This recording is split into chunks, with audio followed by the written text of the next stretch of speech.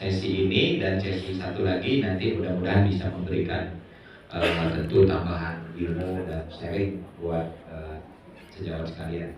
Pada sesi kali ini saya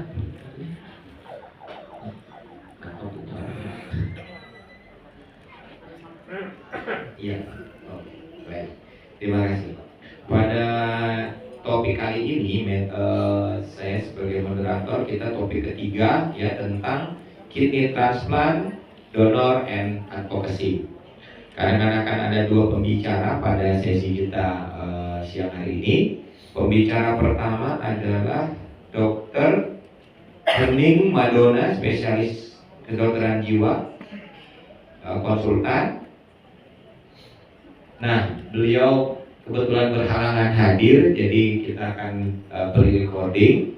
Dr. Hening Madona adalah spesialis kedokteran jiwa di University Mayapada Hospital. Saat ini bertugas di Mayapada Hospital. Beliau adalah dokter umum lulusan dari Fakultas Kedokteran Universitas Kristen Indonesia, sedangkan spesialis kedokteran jiwa dari Universitas Indonesia tahun 2014. Karena beliau tidak bisa hadir bersama kita, sudah disiapkan untuk pre-recording. Mungkin bisa kita dengarkan bersama. Silakan, terima kasih.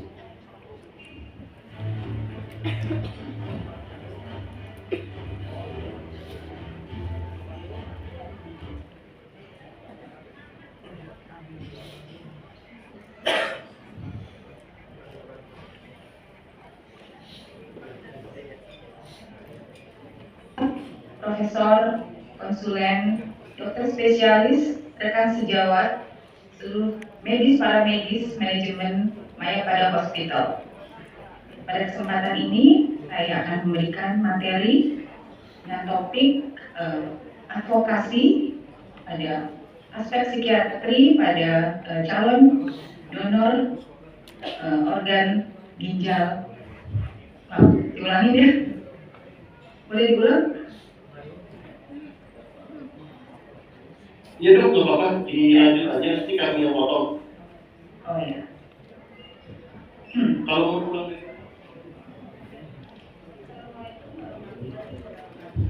Salam sejahtera bagi kita semua. Om Swastiastu, Namo Buddhaya, salam kebajikan.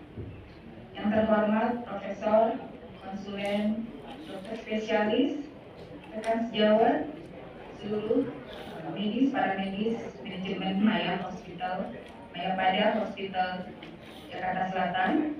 Pada kesempatan ini, saya akan memberikan materi mengenai aspek psikiatri pada advokasi donor transplantasi organ ginjal.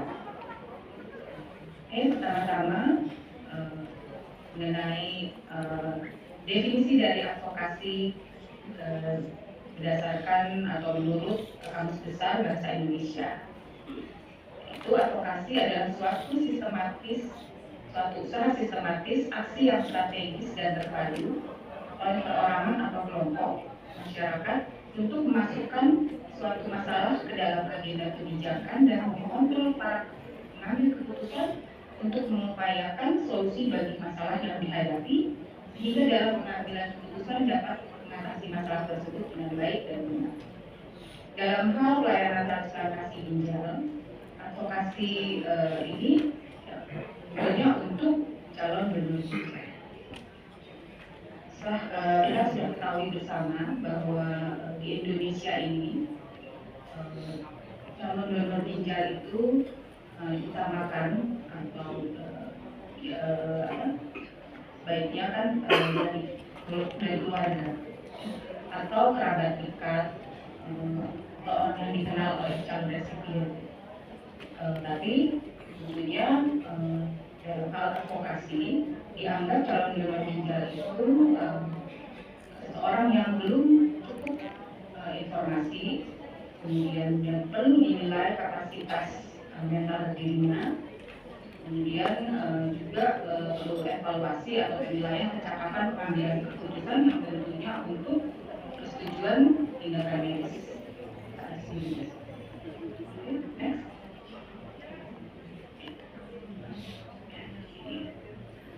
Kemudian pemeriksaan psikiatri dalam advokasi calon donor ginjal dilatar belakangi oleh peningkatan kebutuhan pendonor organ ginjal hidup yang dengan adanya peningkatan tersebut tentunya tidak hanya pada yang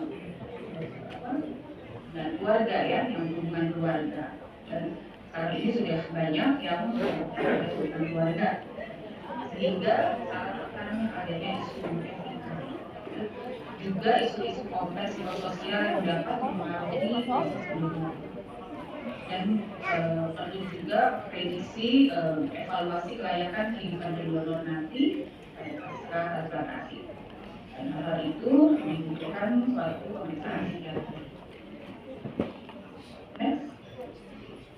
Dari suatu studi, adanya gangguan psikiatri pada calon donor ginjal yang pada saat dievaluasi akan berdampak buruk pada kualitas hidup jangka panjang pada pasca donasi. Dan suatu studi juga menyebutkan bahwa beban psikososial dari calon donor ginjal itu juga akan memperburuk kondisi mental calon ginjal pasca donasi.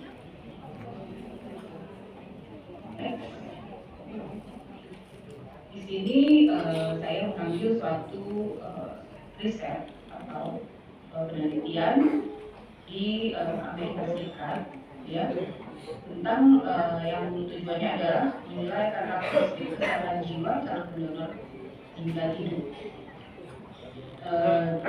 dari pemohon dari calon donor ginjal hidup tersebut. Dan pemeriksaan psikiatrinya ditemukan dari pemeriksaan screening psikiatri ditemukan 17,9% adanya suatu gejala depresi. Kemudian pula 9,7% gangguan cemas, 9,6% ada gangguan jiwa yang lainnya. Dan dari penelitian tersebut juga didapatkan namun tetapi dari 2017 sampai 2021 itu jumlah pemohon calon donor ginjal itu gangguan psikiatrinya makin lama makin meningkat, khususnya di tahun 2020 dan 2021. Hal ini juga terkait dengan peningkatan prevalensi gangguan jiwa secara global di dunia, ya, tentunya terkait pada masa pandemi COVID-19. Sehingga pentingnya pemeriksaan dan konseling psikiatri pada calon donor organ ginjal untuk mengurangi dampak buruk psikologis pada donor ginjal ini.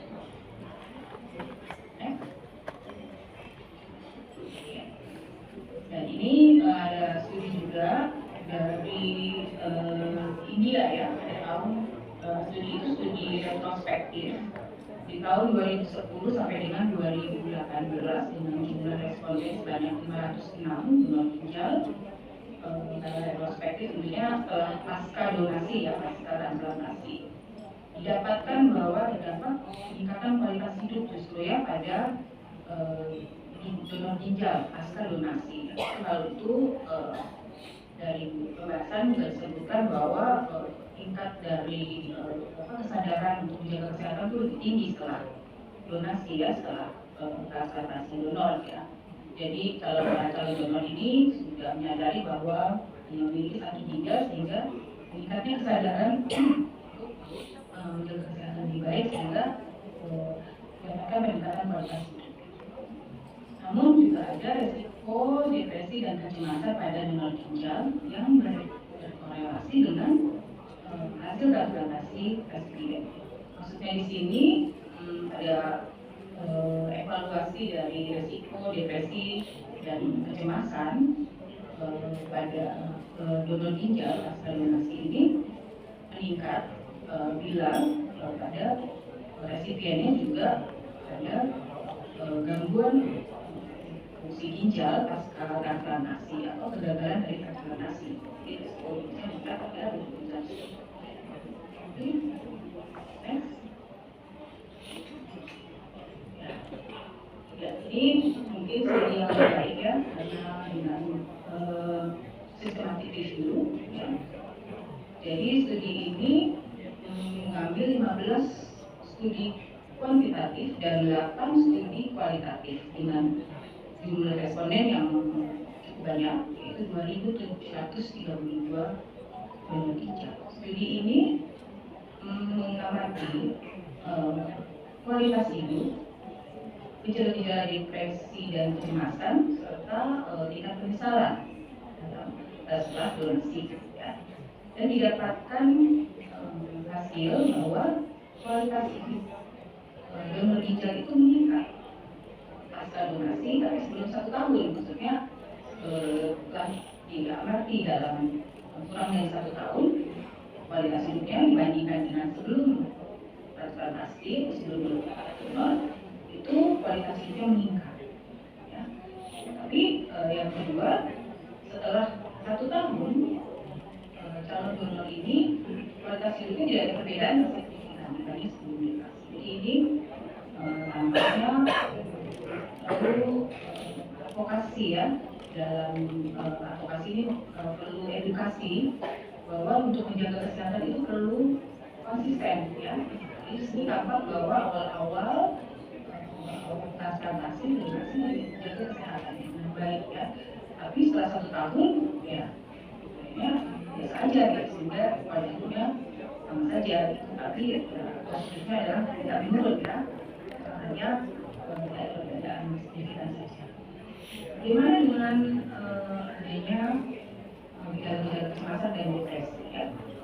Dari penelitian tersebut, prevalensi depresi dan kecemasan rendah pasca donasi. Namun ada peningkatan resiko ya, gejala cemas dan depresi pada calon donor yang sebelum transplantasi itu juga memiliki kecemasan ya. Pada calon donor yang sudah memiliki kecemasan sebelumnya, sebelum donor itu, pada saat pasca donor, pasca transplantasi, kecemasan dan depresi itu meningkat ya. Sedangkan tentang tingkat penyesalan itu rendah ya. Di sistematik tersebut tingkat penyesalannya rendah pasca donasi. Di sini maksudnya adalah responden tersebut ya ada yang menyesal ya melakukan donor. Ya menyesali keputusannya. Kemudian mengenai pemeriksaan psikiatri, tadi sudah disebutkan bahwa pemeriksaan psikiatri itu menilai kapasitas mental untuk kecakapan seorang calon donor dalam pengambilan keputusan menjadi donor.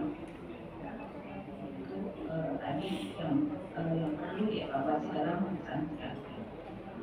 Kemudian metodenya itu pemeriksaan status mental ya, pemeriksaan psikiatri pada umumnya. Yang ada pemeriksaan penunjangnya mulai tes psikometri ya, yang sudah diketahui banyak sering dilakukan ya, ada tes MMPI ya, terus kemudian ICD dan lain-lain. Itu merupakan suatu pemeriksaan penunjang. Tentunya pemeriksaan standar pemeriksaan psikiatri adalah pemeriksaan psikiatri. Jadi akan saya bahas selanjutnya mengenai pemeriksaan psikiatri pada calon donor. Kemudian pemeriksaan psikiatri atau pemeriksaan kapasitas mental juga harus mempertimbangkan faktor-faktor risiko dan faktor-faktor yang menjadi memprediksi adanya gangguan kejiwaan atau masalah-masalah psikososial yang akan terjadi pasca donor ini. Perlu penilaian faktor risiko. Dalam hal pemeriksaan kapasitas mental itu ada 4 komponen yang diperiksa. Terlihat ada diagram ini, jadi 4 komponen yang diperiksa dalam pemeriksaan kapasitas mental itu adalah gangguan psikiatri, ada tidaknya gangguan psikiatri. Kemudian fungsi kognitif, ya, kognitif donor, motivasi donor, kemudian pemahaman resiko. Keempat komponen ini saling berkesinambungan ya, saling pengaruh ya. Contohnya begini, ada seseorang yang ada gangguan psikiatri, maksudnya psikiatri berat ya, seperti gangguan psikiatrikan yang kita ketahui itu skizofrenia, ya, psikotik, gangguan depresi berat, ya, itu tentu memungkinkan untuk memiliki penurunan dari fungsi kognitif. Dengan adanya penurunan fungsi kognitif, tentunya pemahaman resikonya juga tidak terlalu baik, ya. Dan pada kondisi seperti itu, tentunya seorang itu akan mudah dipengaruhi. Kita motivasinya juga tidak berdasar, ya. Contoh lain ya tentunya disabilitas intelektual, ya, itu fungsi kognitif yang menurun, itu akan mempengaruhi dalam pengambilan keputusan. Terkait juga masalah kepribadian, ya, itu juga akan dinilai dalam pemeriksaan psikiatri. Contohnya ada dependen, ya, atau narcissistic personality disorder, ya, yang sekarang sedang banyak dibicarakan, ya, itu tentu sangat mempengaruhi motivasi. Kita motivasinya kemudian ingin dipuji, ya, ingin mendapatkan keuntungan, itu sangat berpengaruh dalam pengambilan keputusan.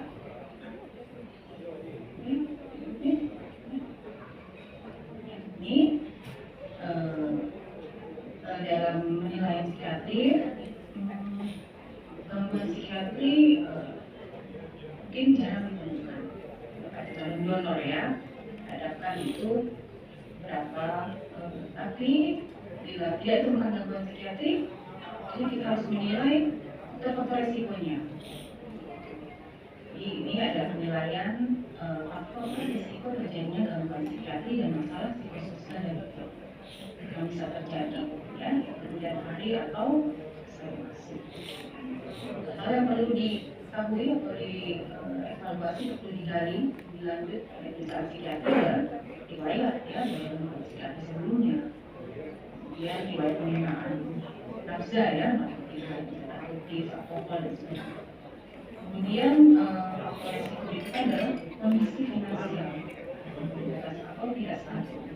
Yang mungkin pekerjaan masalah perannya memungkinkan soal calon donor motivasi seperti motivasi atau di bawah pengaruh, ya, karena ada gangguan dari finansial yang lain.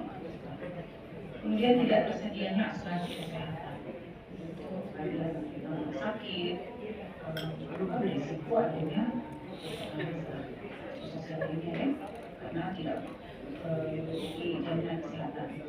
Tidak paham proses dan risiko transplantasi sudah tentu, ya, akan memungkinkan adanya penyesalan, ya, kemudian masih ragu-ragu dan harapan yang tidak realistis pada proses dan pasca transplantasi. Karena di sini misalnya seorang calon donor, ya, bila memiliki harapan setelah donor dia akan misalnya dianggap donor yang adalah, ya, yang keluarga, mungkin milik harapan dianggap keluarga, atau bahkan ada yang harapkan jadi menantu di pasangan. Itu kan suatu harapan yang tidak realistis berkaitan sama proses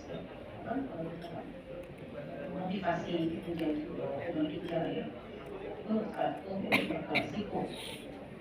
Kemudian motivasi lain supaya menciptakan menguji SPK ini sudah menjelaskan satu yang tertentu yang motivasi yang kurang dasar, ya.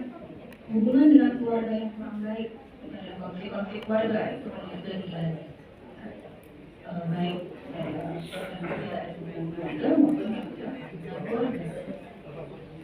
Jadi adanya konflik keluarga itu juga mengatasi konflik yang menghadapi fakta ini, maksudnya di sini mengelola suatu masalah.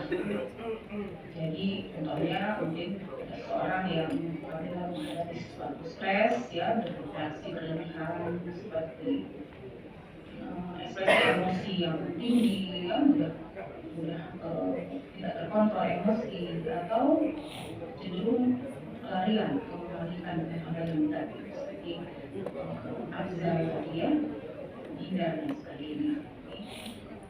Juga suatu faktor risiko ya. Jadi selanjutnya mungkin yang perlu ditekankan adalah kondisi di bawah tekanan influence ya, tekanan bahasa sendiri. Nah, ini sangat mempengaruhi dalam pengambilan keputusan. Juga yang menjadi isu yang umum adalah perdagangan trafficking ya. Ini sangat risiko ya, yang masalah. Ini akan sendiri. Kemudian ini kebalikan dari faktor risiko. Faktor protektif ini adalah faktor pendukung ya, yang mendukung suatu seseorang menjadi layak menjadi calon donor ginjal. Yaitu yang mungkin kebalikannya dari faktor risiko tadi. Tidak adanya tidak ditemukan pula riwayat penyalahgunaan nafsa ya, finansialnya cukup stabil, memiliki kerjaan tetap, memiliki asuransi kesehatan minimal BPJS ya, memahami prosedur transportasi dan tidak ragu menjadikan motivasi altruisme ini rela berkorban ya. Ini banyak ditemukan pada donor ginjal yang keluarga ya, orang tua pada anak atau pasangannya, yaitu apapun akan dilakukan untuk pasangannya. Dan juga ditemukan pada lingkungan keluarga ya. Misalnya pada orang yang mungkin waktu ada atasan dan bawahan yang sudah ikut lama ya, yang menjadi karyawannya lama, walaupun tidak ada suatu motivasi untuk memberikan imbalan, tapi karena sudah ada keterikatan emosional, maka motivasinya lebih ke altruisme. Oke, selanjutnya mampu menyelesaikan konflik dengan adaptif dan maju. Ini dalam wawancara psikiatri dibagi pengalaman dia dalam mengatasi masalah atau diberikan simulasi ya, dia satu kalimat ini bagaimana dia bisa digali ya. Juga adanya hubungan dengan keluarga dan kerabat. Di sini support system merupakan salah satu faktor positif ya calon donor. Ini tadi mengenai influence tadi adalah keterpaksaan atau dibawa dalam pengaruh soal tanggungan ini cenderung dipaksa. Tapi kebanyakan calon donor ini tidak akan pasti apabila diwawancara tentunya akan mengatakan bahwa ikhlas ya, semuanya mengatakan ikhlas. Tapi dalam pemeriksaan psikiatri menggali lebih lanjut ya hal yang terkait dengan risiko influenza itu ya tentu tadi psikiatri ya, gangguan psikiatri berat itu sangat risiko tinggi untuk seseorang itu berada dalam pengaruh orang lain. Kemudian hubungan atasan bawahan atau keluarga dekat ya, ini juga memungkinkan suatu pengaruh ya, sehingga harus pemeriksaan lebih lanjut mengenai kapasitas mentalnya ya, apakah dia mampu memilih dan sebagainya.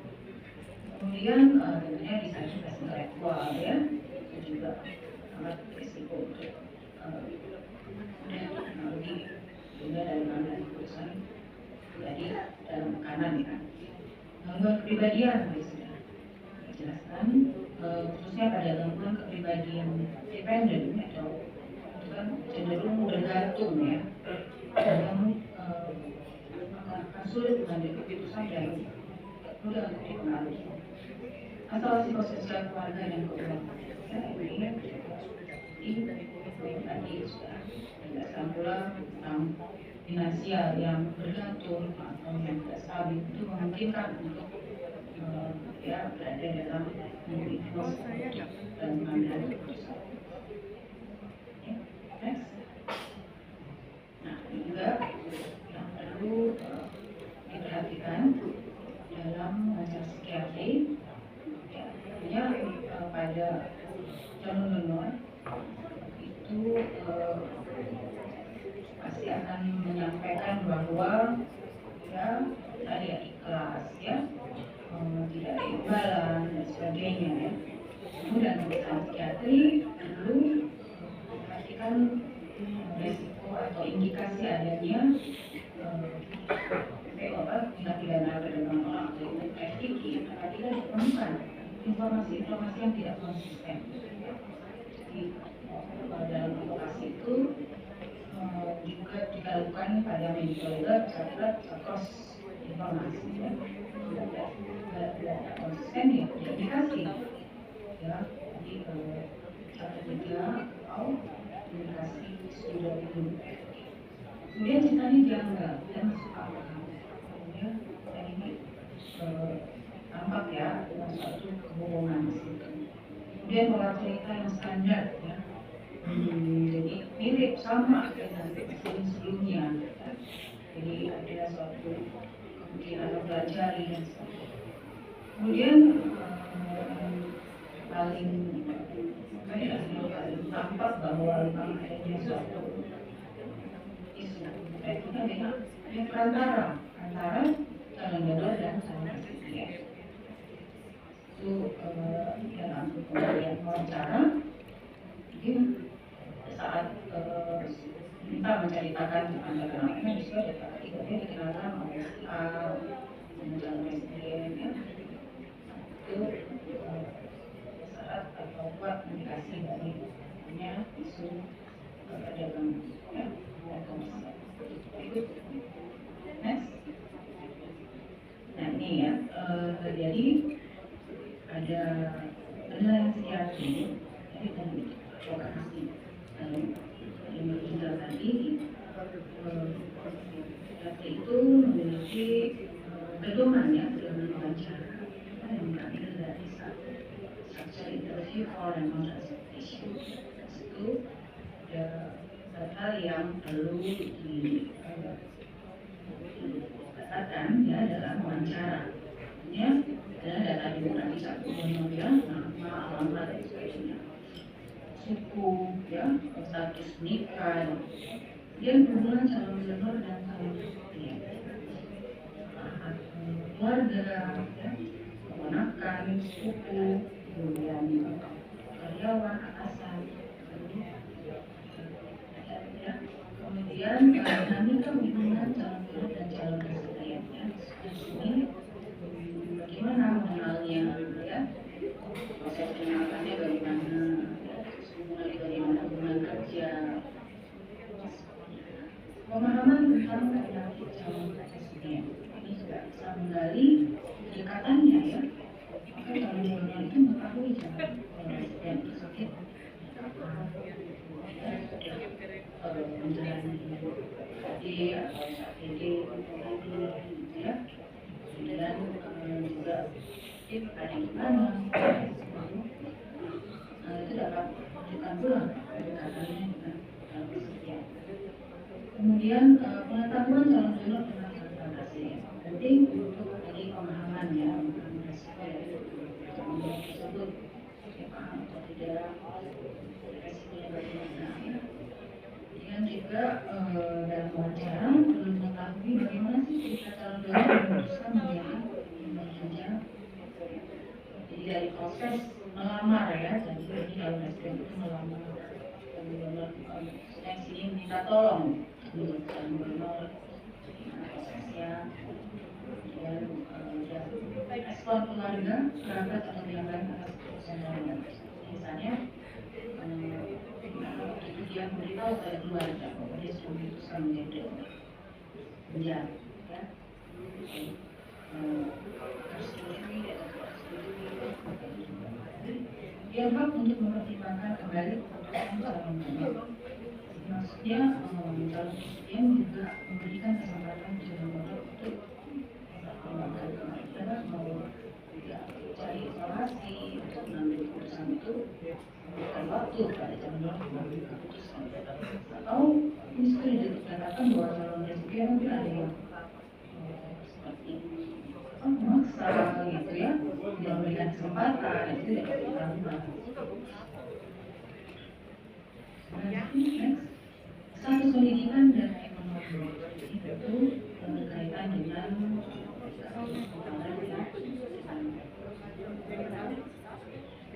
finansial yang stabil dan efektif. Selanjutnya ya, yang juga status pendidikan berkaitan dengan pemahaman soal calon risiko dia dampak ekonomi pada proses transplantasi. Jadi setelah transplantasi ini si calon donor itu dapat kerja ya, mendapatkan hasilan, khususnya pada karyawan dan asn bawahan masih boleh dibolehkan bekerja. Riwayat penyakit calon donor dan riwayat penyakit keluarga, hanya penyakit genetik tidak faktor masuk sistem yang gangguan riwayat gangguan psikiatri.